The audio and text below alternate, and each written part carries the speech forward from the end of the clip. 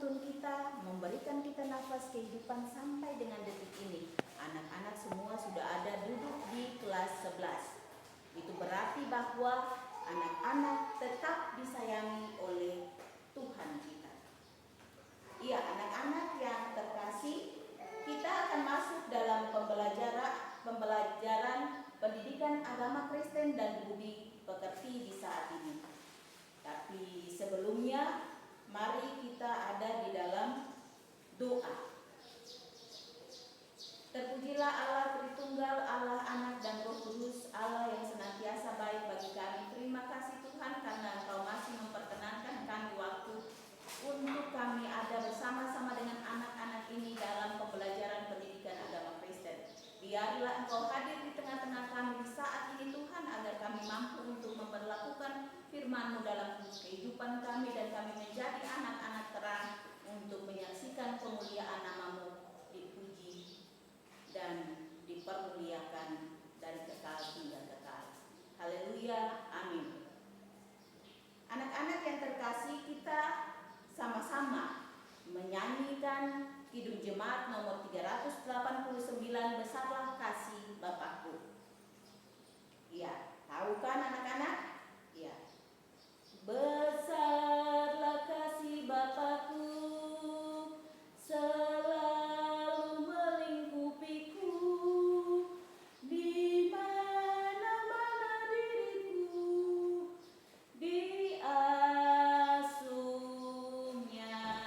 Iya, anak-anak yang terkasih, lagu ini, syair ini adalah sebuah ungkapan sukacita karena Allah kita adalah Allah yang luar biasa, Allah yang senantiasa dengan kasih-Nya melingkupi kita dan senantiasa mengasuh kita di dalam kehidupan kita sebagai pribadi, anak-anak sebagai peserta didik, tapi juga dalam kehidupan keluarga kita.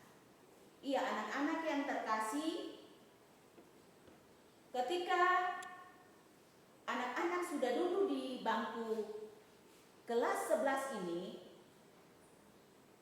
berarti anak-anak harus memiliki semangat untuk tetap belajar, untuk tetap kuat, tetap sehat, sehingga anak-anak bisa menjalani pendidikan anak-anak di bangku kelas 11 ini. Anak-anak yang terkasih, siapa yang tidak hadir di hari ini? Berapa orang anak-anak? Oh, berarti Anda tinggal berapa orang? Ketua kelas 18. 2 orang tidak hadir karena mungkin Anda sakit. Ya. Anak-anak yang terkasih, seperti tahun kemarin Anda duduk di kelas 10, Ibu guru senantiasa mengajarkan anak-anak untuk anak-anak membawa Alkitab, karena Alkitab itu adalah sumber pengetahuan kita. Jadi Alkitab itu harus Anda bawa setiap kali pelajaran pendidikan agama Kristen. Ya, anak-anak, dalam kehidupan anak-anak, ya, dalam kehidupan anak-anak pasti ada anak-anak mengalami peristiwa-peristiwa, ya, ada kejadian-kejadian yang indah, tapi juga yang tidak baik, ya. Ada perasaan bahagia, tapi juga ada perasaan sedih karena mungkin ditinggalkan oleh orang-orang yang terkasih. Dan itu senantiasa terjadi dalam kehidupan kita selaku orang Kristen. Nah, anak-anak yang terkasih, bagaimana seandainya di dalam kehidupan kita, dalam kehidupan keluarga kita, ketika kita ada dalam suasana suka ataupun senang, lalu bagaimana kalau Tuhan itu tidak pernah menyertai kita? Tuhan tidak pernah mengasihi kita, maka hidup kita pastinya akan menjadi berantakan. Atau bagaimana kita tidak mengandalkan Tuhan dalam kehidupan kita, maka pastinya sia-sialah seluruh kehidupan kita, seluruh kepercayaan kita kepada Allah. Anak-anak yang terkasih, kita di saat ini kita akan ada dengan kompetensi dasar. Yang pertama, mengakui peran Allah dalam kehidupan keluarga. Yang kedua, mengembangkan perilaku bertanggung jawab sebagai wujud pengakuan terhadap peran Allah dalam kehidupan keluarga. Memahami peran Allah dalam kehidupan keluarga. Dan yang terakhir, bersaksi tentang peran Allah dalam kehidupan keluarga. Nah, itu kompetensi dasar ya, kompetensi dasar bagi kita. Nah, tujuan pembelajaran kita di saat ini ketika kita mempelajari pendidikan agama Kristen dan budi pekerti, Anda peserta didik dapat mengakui peran Allah dalam kehidupan keluarga, mengembangkan perilaku tanggung jawab sebagai wujud pengakuan terhadap peran Allah dalam kehidupan keluarga, menjelaskan pengertian dan bentuk keluarga, menguraikan fungsi keluarga dan ciri-ciri keluarga Kristen, mengungkapkan peran Allah dalam kehidupan keluarga, dan menuliskan kesaksian pribadi tentang peran Allah dalam kehidupan keluarga peserta didik. Nah, ini yang di hari ini kita akan capai. Iya, selanjutnya anak-anak, kita ada dalam materi pokok yaitu Tuhan pedoman bagi kehidupan keluarga. Di dalam materi ini ada 3 bagian penting yang akan kita pelajari bersama-sama, yaitu yang pertama pengertian keluarga dan bentuk keluarga, yang kedua fungsi keluarga dan ciri-ciri keluarga Kristen, yang ketiga peran Allah dalam kehidupan keluarga. Ya, anak-anak yang terkasih, sebelum kita ada di dalam melanjutkan pembelajaran kita melandasi pembelajaran ini dengan pembacaan firman Tuhan yang terambil dari kitab Kudus Perjanjian Lama, yakni Kejadian 2 ayat 24. Anak-anak buka Alkitabnya, Kejadian 2 ayat 24. Tapi juga di Perjanjian Baru, Efesus 5 ayat 22 sampai 24 dan 6, Efesus 6 ayat 1 sampai ayatnya yang ketiga. Ya, anak-anak sudah dapat? Kita baca bagian pertama secara bersama-sama. Sebab itu seorang laki-laki akan meninggalkan ayah dan ibunya dan bersatu dengan istrinya sehingga keduanya menjadi satu daging. Ya, bagian yang kedua Efesus 5 ayat 22 sampai 24 dengan judul Kasih Kristus adalah dasar hidup suami istri. Hai istri, tunduklah kepada suamimu seperti kepada Tuhan, karena suami adalah kepala istri, sama seperti Kristus adalah kepala jemaat.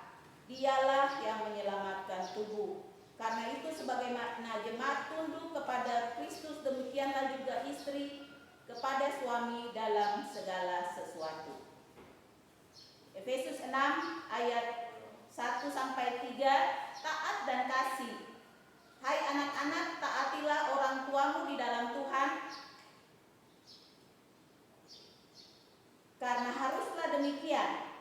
Hormatilah ayahmu dan ibumu. Ini adalah suatu perintah yang penting seperti yang nyata dari janji ini, supaya kamu berbahagia dan panjang umurmu di bumi. Ya, anak-anak yang terkasih, kita akan melihat materi-materi tadi, 3 materi itu sebagai konsep awal untuk kita mengetahui tentang keluarga dan bentuk keluarga. Anak-anak pasti tahu kan apa yang disebut dengan keluarga? Boleh siapa yang bisa? Iya. Baik. Bisa anak-anak menjawab. keluarga, karena anak-anak sendiri ada di dalam sebuah keluarga. Anak-anak lahir di dalam sebuah keluarga. Jadi kalian punya pandangan masing-masing tentang keluarga. Ada lagi yang lain? Iya, betul. Tidak salah apa yang kalian katakan. Kita melihat keluarga. Ya, anak-anak punya pendapat betul. Keluarga itu kelompok persekutuan sosial yang terkecil atau persekutuan hidup yang terbentuk terdiri dari istri atau suami, anak atau juga anak-anak. Anak-anak dari hasil hubungan pernikahan, tapi juga hasil dari proses adopsi. Ya baik, semua yang kalian bilang itu benar. Tapi di sini Ibu Guru mau kasih konsep pengertian keluarga menurut Bailon dan Magla. Bailon dan Magla mengatakan bahwa keluarga itu adalah dua atau lebih individu yang hidup dalam satu rumah tangga karena adanya hubungan darah, perkawinan atau adopsi. Itu yang dikatakan oleh Bailon dan Magla. Mereka mendefinisikan keluarga itu sebagai dua atau lebih individu yang tinggal di dalam rumah tangga karena hubungan darah, karena hubungan perkawinan ataupun hubungan proses adopsi. Ada yang tahu adopsi? Sudah pernah dengar istilah itu? Adopsi. Iya, keluarga yang tidak memiliki anak, mereka mengadopsi atau mengambil anak untuk menjadi bagian dari keluarga mereka. Baik, itu berarti anak-anak sudah betul-betul paham tentang pengertian dari keluarga. Ya, kita lanjut. Yang berikut tentang keluarga menurut pandangan Kristen. Nah, sekarang kita bawa yang tadi secara umum keluarga, kita bawa ke pandangan Kristen Anda. Bagaimana? Setelah kita membaca Alkitab tadi, ya, Kejadian 2 ayat 24 tadi, bagaimana? Bisakah Anda membawa pengertian atau apa yang Anda pahami ya sebagai keluarga Kristen? Kalau dibilang keluarga menurut pandangan Kristen itu bagaimana menurut Anda? Ya, baik, keluarga yang dipersatukan Allah. Iya, baik, keluarga yang dibentuk oleh Allah. Iya, itu yang disebut dengan keluarga Kristen. Keluarga yang disatukan oleh Allah, yang terbentuk dari, ada berbagai macam proses ya. Ada dari proses pertama berteman, kemudian bersahabat, kemudian bisa terjadi pacaran. Selesai pacaran apa? Di kelas 10 sudah dapat? Ya. Setelah pacaran ada dalam proses, wah, langsung bilang nikah. Belum ya? Harus ada proses apa dulu setelah pacaran? Harus ada proses tunangan. Proses tunangan baru ada di jenjang yang lebih lanjut, yaitu pernikahan. Ya. Sekarang kita akan melihat di sini ya, keluarga Kristen. Ya, keluarga Kristen itu adalah persekutuan seumur hidup antara seorang laki-laki dan seorang perempuan yang telah dipersatukan Allah dalam kerangka pernikahan. Ya, kita lihat tadi di Kejadian 2 ayat 24 tadi. Ya, Kejadian 2 ayat 24 tadi.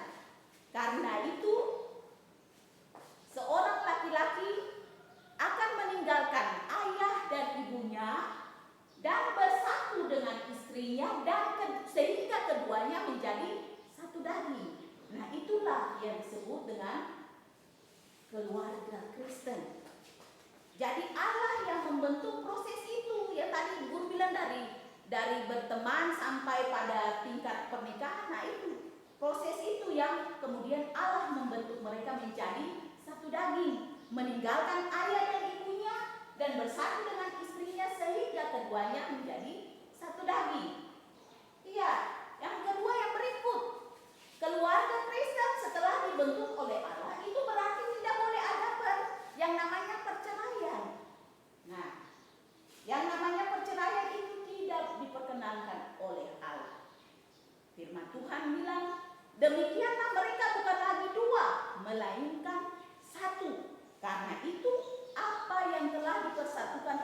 tidak boleh diceraikan oleh manusia.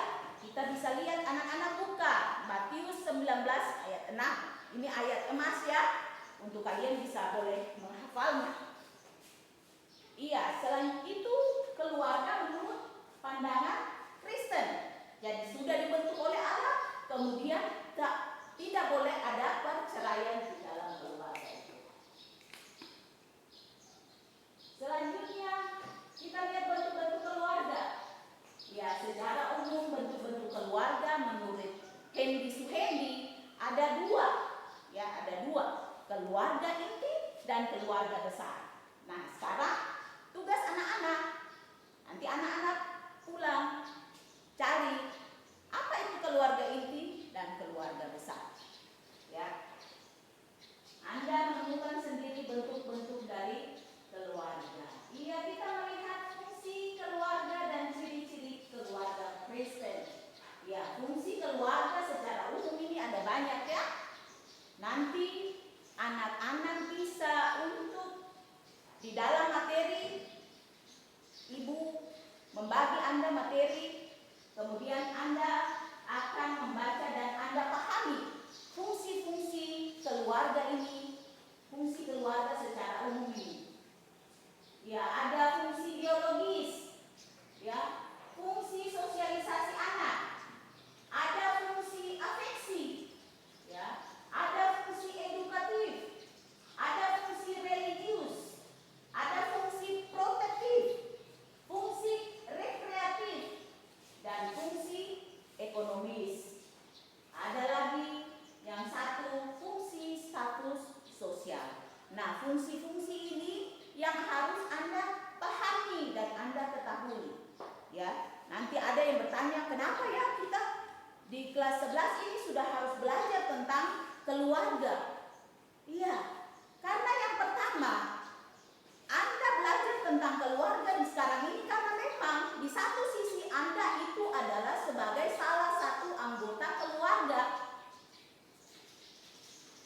Dan yang kedua, Anda belajar tentang keluarga karena pada saatnya nanti atau ada waktunya nanti ketika Allah membentuk Anda menjadi sebuah keluarga. Nah, itu hal yang penting. Sehingga di saat ini Anda belajar tentang keluarga itu sendiri, fungsi-fungsinya, kemudian ciri-cirinya.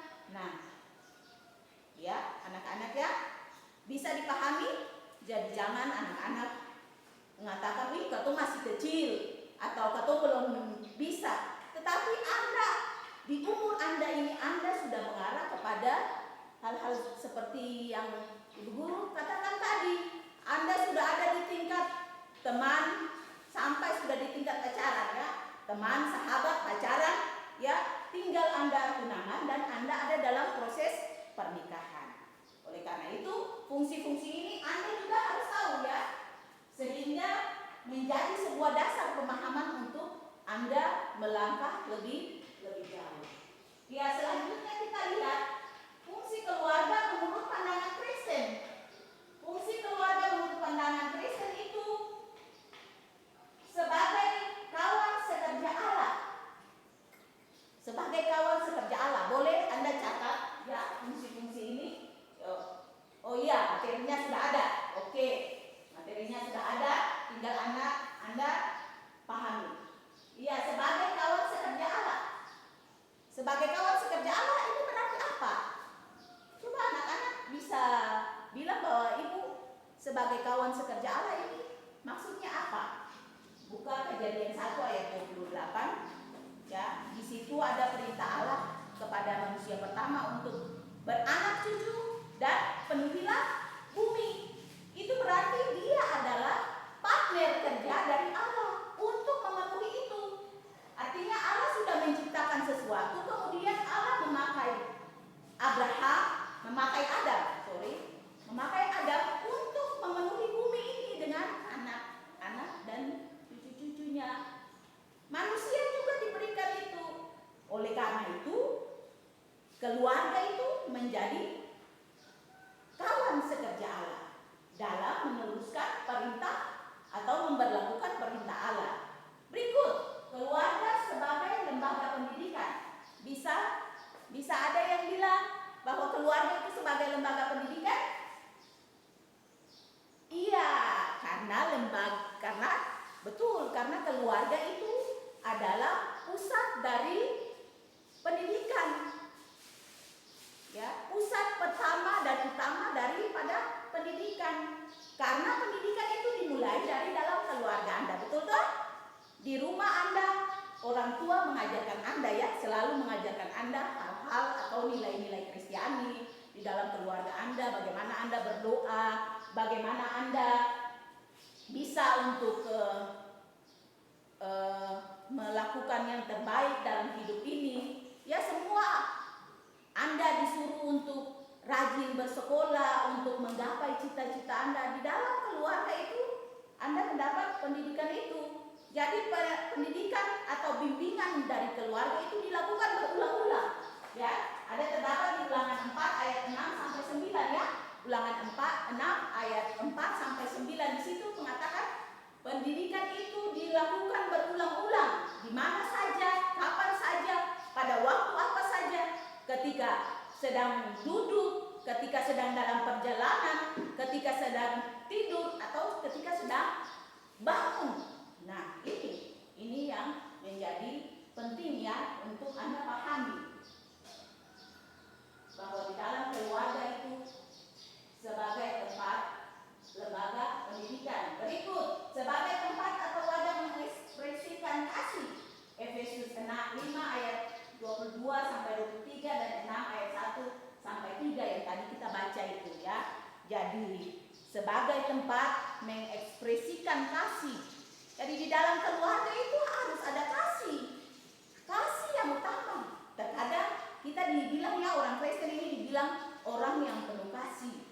Nah, itu di dalam kehidupan keluarga itulah tempat di mana kita mendapatkan kasih. Kasih dari orang tua, atau juga kita mengasihi adik atau kakak kita. Ya, kita mengasihi kakek atau opa kita dan oma atau nenek kita. Disitulah tempat untuk bagaimana kita mengekspresikan kasih, menunjukkan kasih. Ya, karena Allah sudah mengasihi kita.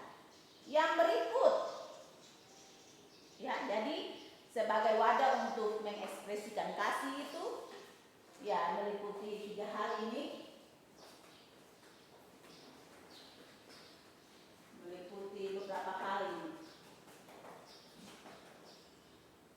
Ya, yang terakhir sebagai pencerita atau saksi Kristus dalam kehidupan keluarga. Nah,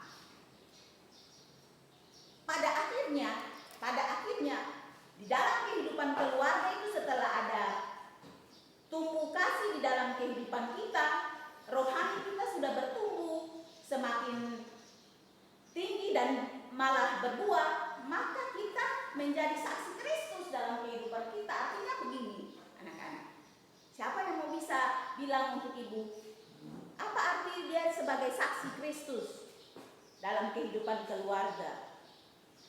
Boleh? Iya, baik. Dia menjadi saksi Kristus.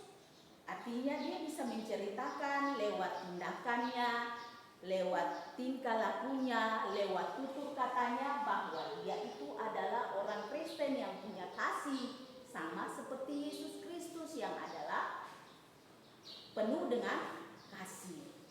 Jadi dia menampilkan dirinya kepada orang lain di luar keluarganya, di tengah masyarakat, di mana saja dia berada. Dia mengandalkan bahwa dia menunjukkan, meneladankan kepada orang lain bahwa dia adalah orang Kristen atau keluarga Kristen, sehingga nama Tuhan dipermuliakan. Iya, baik, benar sekali ya. Berarti kalian sudah begitu memahami sungguh ya, bahwa kalian ini keluarga Kristen yang harus menjadi saksi. Ya, kita lihat ada ciri-ciri keluarga Kristen ini, ada 3 ini ya. Ada 3 ini: membangun kehidupan keluarga atas kasih Kristus, menjadikan Kristus sebagai keluarga, memperlakukan kehendak Allah dalam kehidupan keluarga. Jadi ciri-cirinya itu, orang Kristen atau keluarga Kristen itu dia benar-benar mengandalkan, dia punya dasar kehidupan itu atas kasih Kristus. Jadi Kristus sebagai pusat dalam kehidupannya. Kemudian Kristus sebagai kepala keluarga, ya, Kristus sebagai kepala keluarga, ya. Walaupun suami, ayah, kalian menjadi kepala keluarga di dalam keluarga, tapi sesungguhnya yang menjadi kepala dalam keluarga Kristen itu adalah Kristus. Kemudian memberlakukan kehendak Allah dalam kehidupan keluarga, ya. Memberlakukan kehendak Allah dalam kehidupan keluarga ini biasanya kadang-kadang ada saja yang bisa bertanya begini, Ketung tahu kehendak Allah dari mana? Supaya Ketung bisa lakukan dalam kehidupan keluarga. Anda mau tahu kehendak Allah, itu ada di dalam firman Tuhan, ada di Alkitab itu. Jadi anak-anak atau keluarga Kristen harus senantiasa setiap hari membaca firman Tuhan. Supaya di dalam kehidupan keluarga itu kehendak Allah dinyatakan. Artinya bahwa kalian melakukan apa yang Tuhan teladani dalam hidup keluarga kalian. Bisa dipahami? Iya.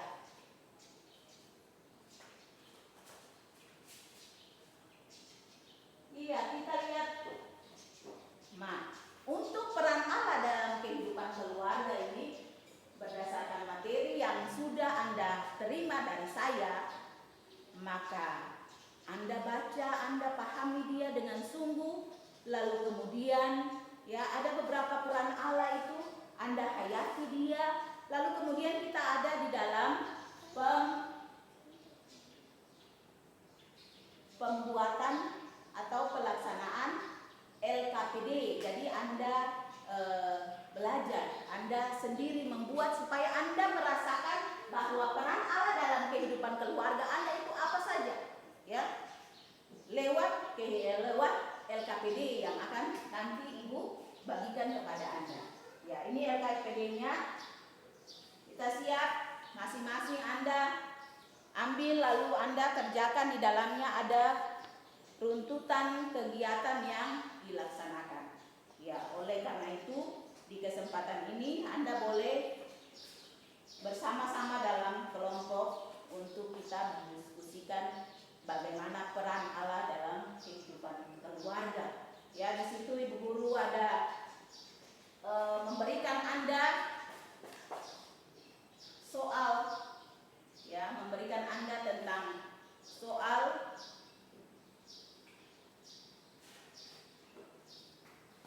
ya, ada di situ contoh sebuah kehidupan keluarga.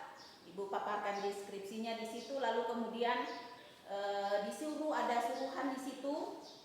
Ini kita ada dalam proses think, ya, tahap think, tahap di mana Anda berpikir secara individu dulu, nanti kemudian ada di dalam kelompok berpasangan. Ya, yang pertama itu pikirkan tentang keluarga Anda dan peristiwa-peristiwa penting yang terjadi dalam kehidupan pribadi dan keluarga Anda. Ya, itu yang pertama. Anda pikirkan dulu kisah-kisah menarik, salah satu saja Anda ambil contoh, salah satu saja. Misalnya peristiwa perkawinan kakak, ya, mungkin peristiwa perkawinan kakak, lalu Anda ceritakan bagaimana dia punya itu. Kemudian ya, selanjutnya pikirkan peran Allah dalam peristiwa itu. Apa Allah punya peran ataukah tidak dalam peristiwa mungkin kebahagiaan keluarga itu? Ada kesusahan-kesusahan, tapi kemudian Allah penuhi, Allah memberkati sehingga semuanya terlaksanakan dengan baik. Ya. Iya, sudah. Kita ada dalam tahap pair, tahap berpasangan, ya. Dalam kelompok Anda kemudian menceritakan kembali itu kepada teman Anda, ya. Dalam berpasangan, ya, sudah Anda pikirkan tadi, kemudian Anda tulis, Anda deskripsikan peristiwa-peristiwa itu, ya, Anda deskripsikan, ya, dalam berpasangan. Setelah itu Anda bertukar cerita Anda dengan teman sebangku Anda. Ya. Ya, kalau sudah anak-anak sudah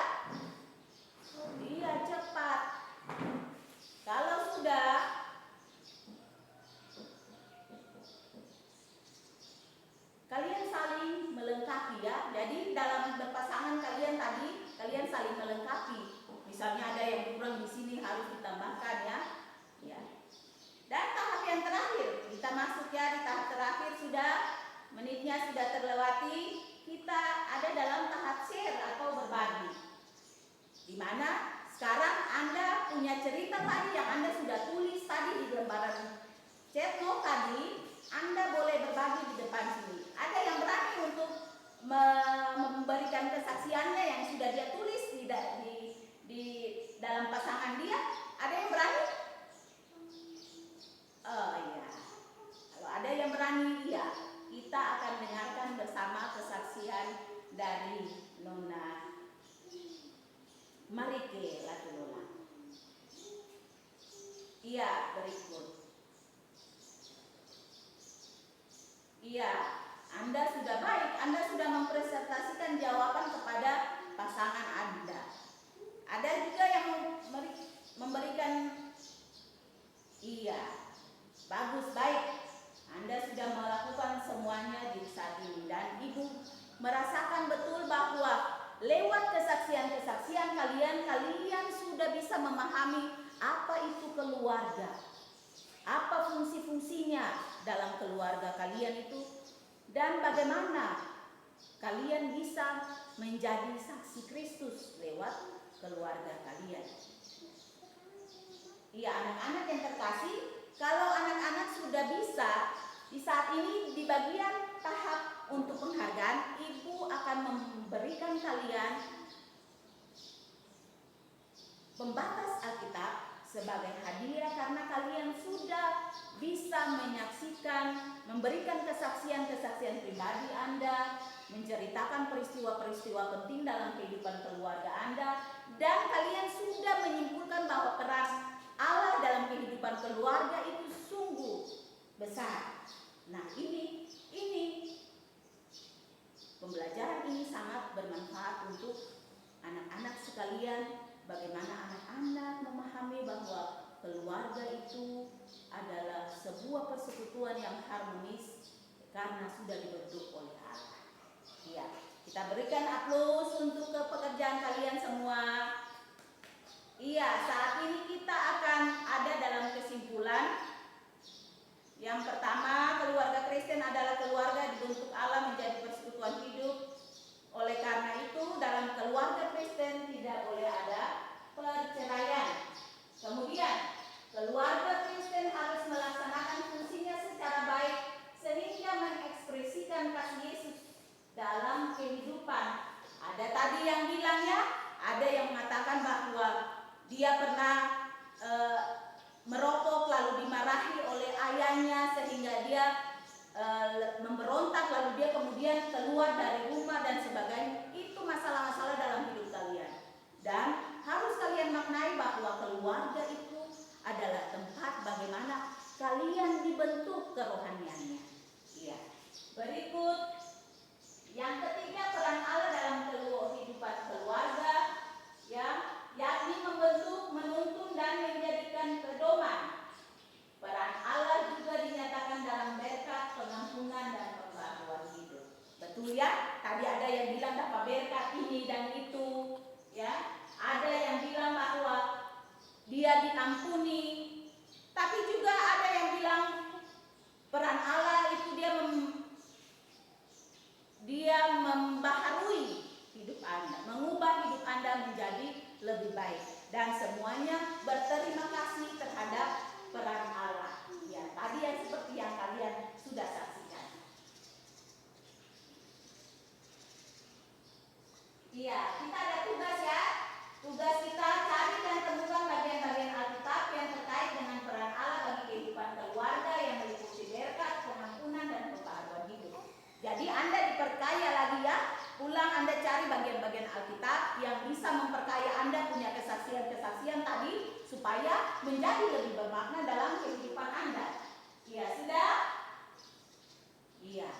Anak-anak yang terkasih, kita sudah berakhir dengan pembelajaran kita di saat ini. Tapi sebelum kita mengakhiri semuanya, Ibu minta kesediaan dari seorang anak untuk ada di dalam doa tutup. Ya, demikian pertemuan kita di saat ini. Kiranya Tuhan memberkati dan menjaga kita kita ada lagi di minggu depan dengan materi yang baru, sehingga anak-anak bisa lebih punya semangat untuk belajar, karena anak-anak ada tetap diberkati oleh Tuhan kita Yesus Kristus. Terima kasih, shalom.